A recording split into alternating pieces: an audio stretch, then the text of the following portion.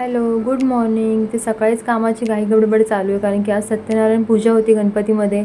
त्याच्या पूजेसाठी आम्हाला बसायचं होतं, तर प्रसादाची तयारी चालू आहे. आणि ब्लॉग खूप दिवसांनी येतो आहे आपला, कारण की सगळं शूट करून ठेवलं आहे गणपतीमधलं वगैरे, सगळ्या मोमेंट कॅप्चर केल्यात. पण एडिट करून ब्लॉग अपलोड करायला टाईम नव्हता, कारण की बाळ पण आजारी आहे, मी पण आजारी आहे.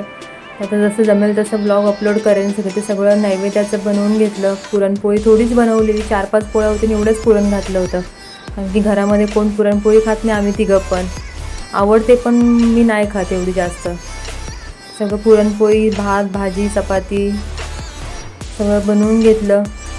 नंतर नैवेद्य वगैरे भरला, सगळं डब्यामध्ये वगैरे पॅक केलं, कारण की मम्मीकडे होती पूजा. तिकडे घेऊन जायचं होतं, मंडळाची पूजा होती गणपतीची, ते तिकडे घेऊन जायचं होतं. तिथे साबुदाण्याची खिचडी बनवली, दोघांना उपवास होता. मी थोडं थोडं खाऊन घेऊया. आता पूजा 1ची होती, किती वाजेल काय माहिती. ते छान असं रेडी झालो, नंतर छान अशी पूजा झाली. ब्लॉग कसा वाटला नक्की सांगा. भेटू पुढच्या ब्लॉगमध्ये. बाय.